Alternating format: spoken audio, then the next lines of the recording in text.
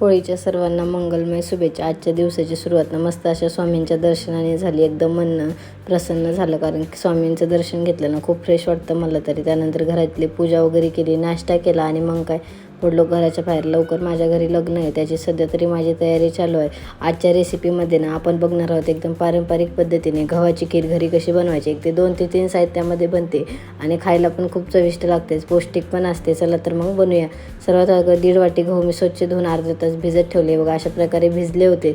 त्यानंतर ज्या वाटीने ना आपण गहू घेतले होते ना त्या वाटीने 8 वाट्या पाणी टाकलं, किंचित थोडंसं मीठ टाकलं आणि कुकरना गॅसवरती लावून टाकलं. त्यानंतर 8 शिट्ट्या होऊ दिल्या. अशा प्रकारे मऊसूद आपले गहू शिजून झाले होते. 1 वाटी गूळ घेतला, काजू बदाम आणि थोडंसं ओलं खोबरं होतं तेही टाकलं. गॅस चालू केला, गॅसवरती कुकर ठेवलं आणि मग शिजत ठेवलं. 10 ते 15 मिनटं खीर शिजू द्यायची. मस्त अशी शिजते आणि घट्टसर होते.